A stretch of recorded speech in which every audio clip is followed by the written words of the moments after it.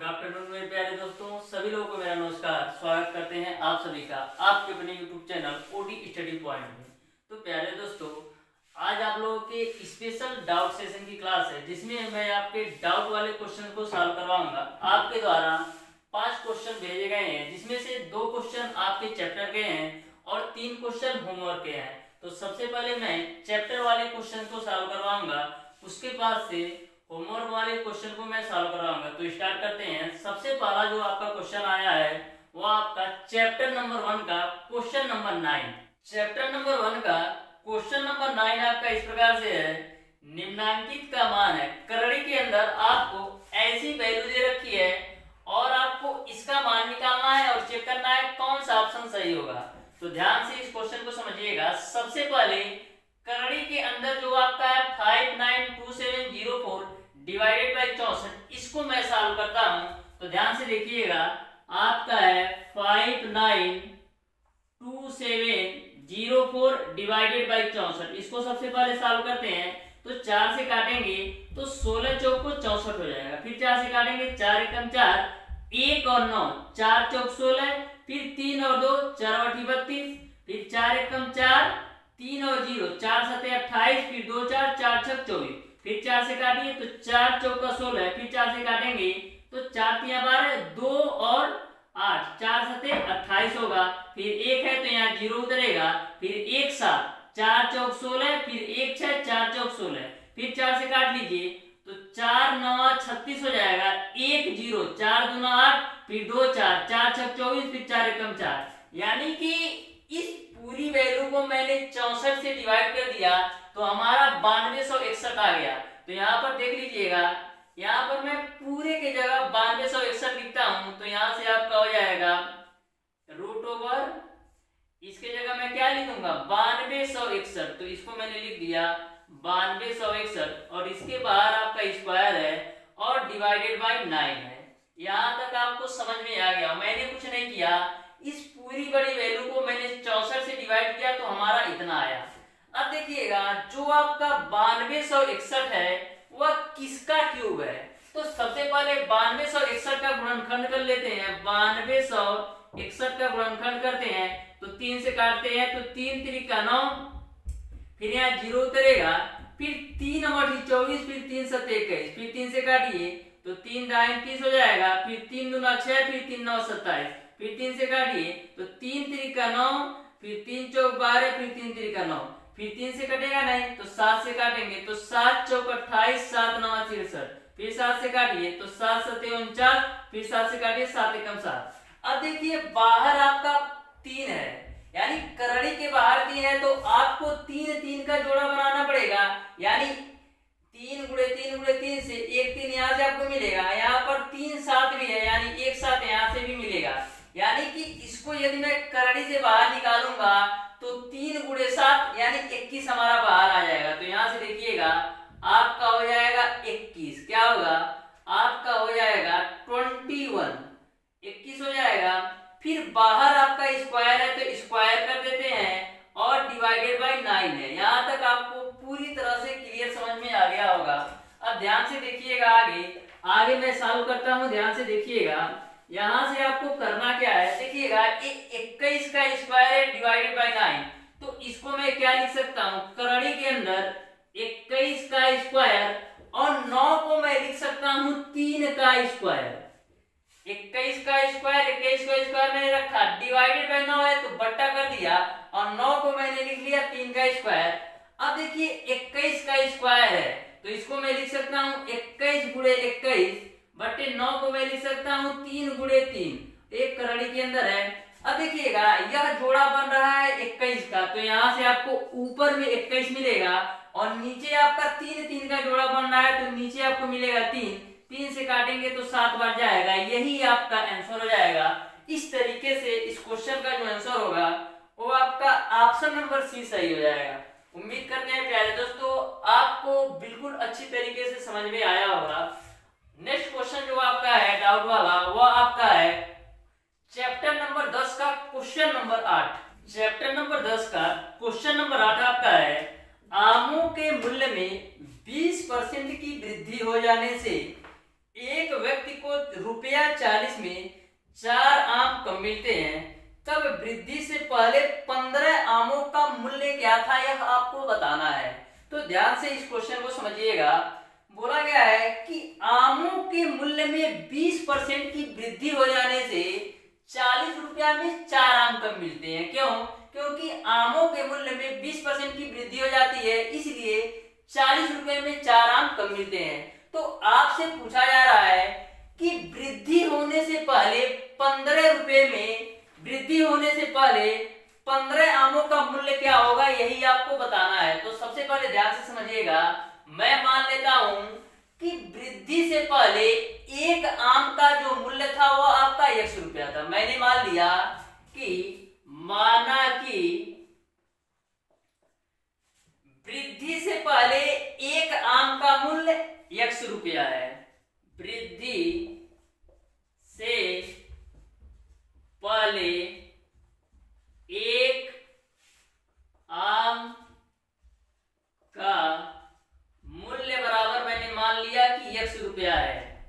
अब फिर बोला जा रहा है कि 20% की वृद्धि करने पर, तो एक आम का मूल्य मैंने वृद्धि से पहले मान लिया ₹100। अब यक्ष का 20% वृद्धि कर देते हैं तो हमको पता चलेगा कि 20% की वृद्धि करने के बाद एक आम का मूल्य क्या होगा। तो यहाँ पर लिखेंगे 20% की वृद्धि करने पर, यहाँ पर लिख लीजिए मूल्य में 20% की वृद्धि करने पर एक आम का मूल्य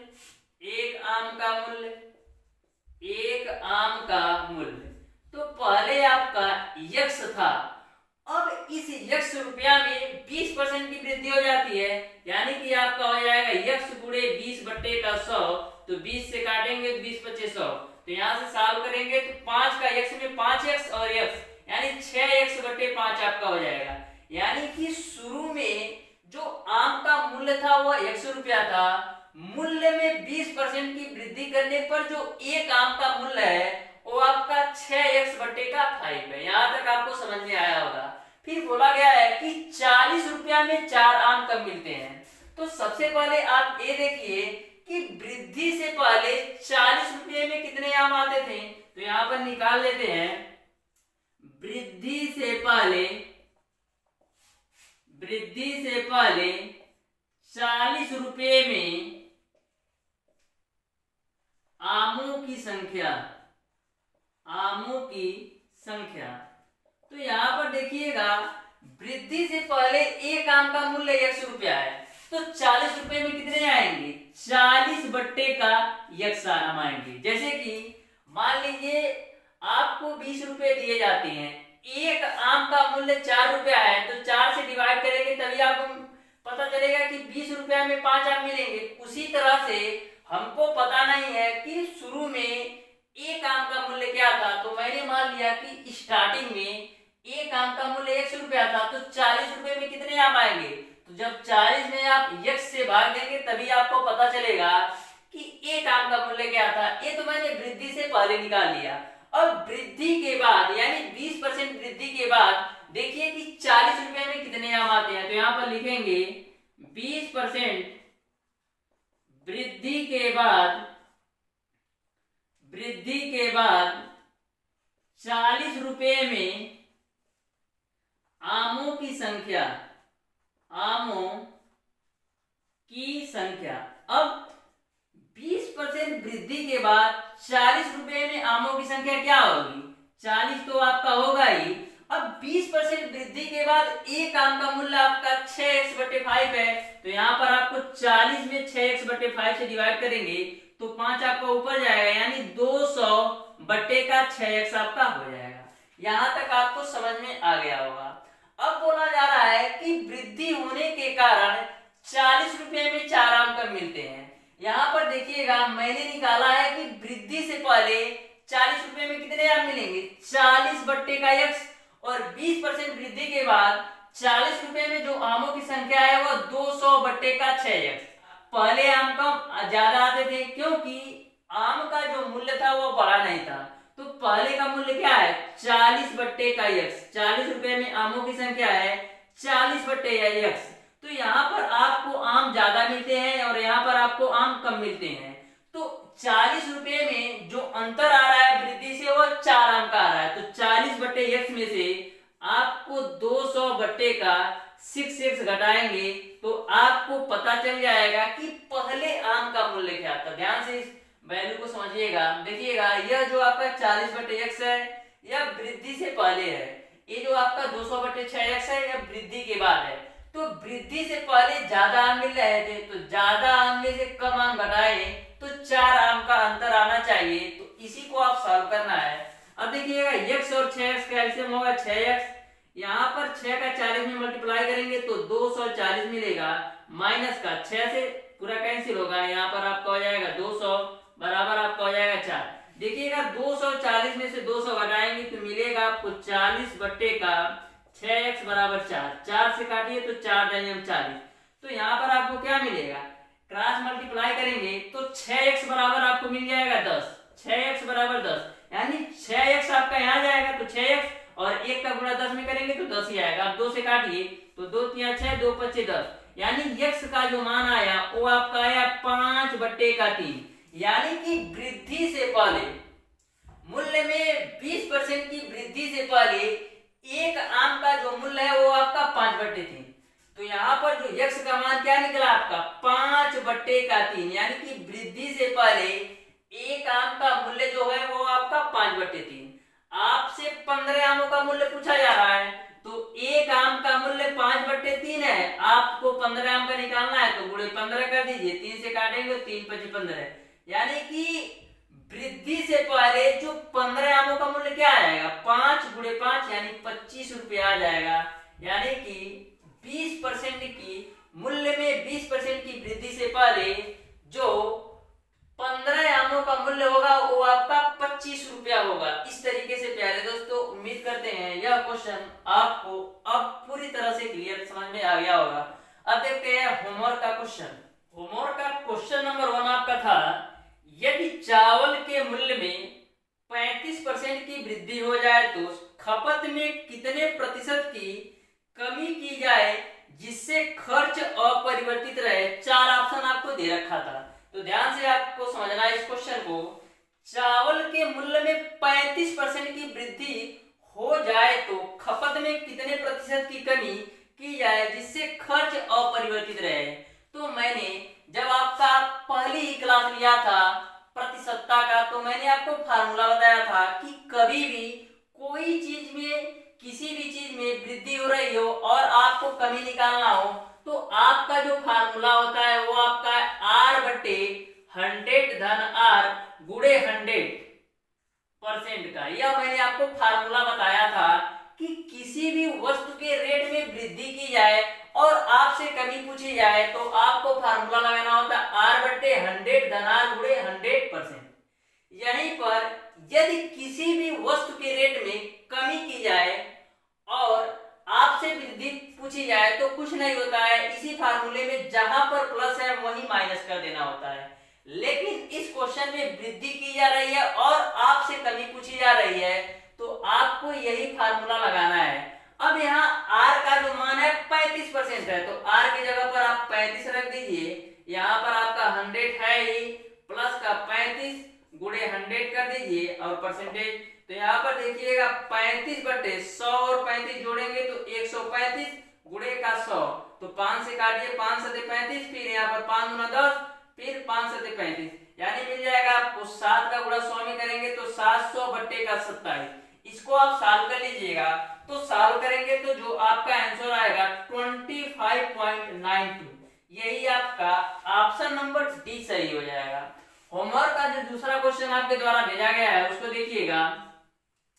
क्वेश्चन आपका इस प्रकार से है, राम की मासिक आय श्याम से 75% और मोहन से 80% है। यदि मोहन को उसके मासिक आय 60,000 हो तो राम की मासिक आय कितनी है यह आपको ज्ञात करना था। तो ध्यान से इस क्वेश्चन को समझिएगा। राम की मासिक आय श्याम से 75%, तो राम, यह मैंने राम को R से प्रदर्शित किया, राम की जो मासिक आय श्याम से 75% है तो ये मैंने 75% कर दिया। अब देखिए 25 से काटिए तो 25 या 75 और 25 चौको 100। यहाँ से राम और श्याम का अनुपात निकाल लीजिए तो राम और श्याम बट्टे में आएगा तो राम बट्टे श्याम बराबर कितना आएगा 3:4। फिर आगे क्वेश्चन में बोला गया है और मोहन से 80%। राम का जो श्याम से अनुपात है 75% है और मोहन से 80%, यानी राम तो आपका फिक्स है, राम का जो मोहन से रेशियो है, जो मोहन का परसेंटेज है वो आपका है 80%। तो इसको हल कर लीजिए तो 0 0 2 चौक 8 फिर 2 25 10, यानी राम बराबर आपका हो जाएगा मोहन गुणे 4/5। तो यहाँ से राम और मोहन में आप अनुपात निकालेंगे तो 4:5 आ जाएगा। अब यहाँ पर एक चीज देखिए, यहाँ पर राम को 3 अनुपात मिल रहा है और यहाँ पर राम को 4 अनुपात, जबकि राम को दोनों जगह सेम अनुपात में मिलना चाहिए। तो सेम अनुपात में करने के लिए करेंगे क्या, यदि मैं इस पूरी वैल्यू में 3/4 में मैं 4 से गुणा कर दूं और 4/5 में मैं 3 से गुणा कर दूं तो आप देखेंगे कि राम का दोनों जगह अनुपात बराबर हो जाएगा। तो मैं क्या करता हूं, इसमें 4 से गुणा और भाग कर देता हूं तो आपका हो जाएगा 12/16। यहाँ पर मैं किससे गुणा कर दूं, 3/3 से गुणा कर दूं, यानी 3 से गुणा और 3 से भाग तो 12/15। अब आप देखेंगे राम का अनुपात यहाँ पर भी 12 है और राम का अनुपात यहाँ पर भी 12 है, यानी कि हमारा जो क्वेश्चन है वह सेट हो गया। अब आपको आगे दे रखा है कि मोहन की जो मासिक आय है वो 60,000 रुपए है। मोहन की मासिक आय 60,000 रुपए है, तो मोहन को कितना अनुपात मिल रहा है, मोहन को मिल रहा है 15 अनुपात, और मोहन का जो मासिक आय है 60,000 रुपए है, यानी कि जो 15 अनुपात का मान है वो आपका 60,000 रुपया के बराबर है। तो 15 से काटेंगे तो 15 चौक को 60 और 4 3 0, यानी कि जो एक अनुपात का मान आया वो आपका आया 4,000। एक अनुपात का मान आया वो आपका आया 4,000। आपसे पूछा जा रहा है राम की मासिक आय, एक अनुपात का मान 4,000, राम को कितने अनुपात मिल रहे हैं, राम को मिल रहे हैं 12 अनुपात। तो एक अनुपात का मान 4,000, तो 12 अनुपात का कितना होगा, 12 गुणे का 4,000, यानी 12 जब कितना हो जाएगा 48, यानी कि जो राम की मासिक आय है वह आपका 48,000 आ जाएगा। इस तरीके से इस क्वेश्चन का जो आंसर होगा वो आपका ऑप्शन नंबर डी सही हो जाएगा। अब देखते हैं होमवर्क का तीसरा क्वेश्चन। नेक्स्ट क्वेश्चन आपका होमवर्क का है, यदि पहली संख्या दूसरी संख्या का 60% तो दूसरी संख्या पहली संख्या से कितने प्रतिशत अधिक है, यह आपको ज्ञात करना है। तो ध्यान से इस क्वेश्चन को समझिएगा। पहली संख्या दूसरी संख्या का 60%, पहली जो आपकी संख्या है यह दूसरी संख्या का 60% है, तो आपको यह बताना है कि दूसरी संख्या पहली संख्या से कितना प्रतिशत अधिक है। तो सबसे पहले पहली संख्या और दूसरी संख्या में अनुपात निकाल लेते हैं। तो 0 से 0 कैंसिल होगा, 2 3 आपका होगा 6 और 2 25 आपका होगा 10, यानी कि पहली संख्या और दूसरी संख्या में आप अनुपात निकालेंगे तो क्या आ जाएगा 3/5, यानी कि जो पहली संख्या है वो आपका 3 है और दूसरी संख्या आपका है 5 है। क्वेश्चन में आपसे पूछा जा रहा है दूसरी संख्या जो है वह पहली संख्या से कितने प्रतिशत अधिक है। तो दूसरी संख्या पहली संख्या से कितना अधिक है, अनुपात में आप देखेंगे पहली वाली संख्या का अनुपात 3 मिल रहा है और दूसरे को मिल रहा है 5। तो बोला जा रहा है कि दूसरी संख्या पहली संख्या से कितने प्रतिशत अधिक है। तो अनुपात में आप देख रहे हैं दूसरी संख्या पहली संख्या से 2 अनुपात अधिक है, दूसरी संख्या पहली संख्या से 2 अनुपात में अधिक है। किससे, पहली संख्या से पूछा जा रहा है। तो यहाँ नीचे आपका 3 आ जाएगा, गुणे आपका 100 हो जाएगा।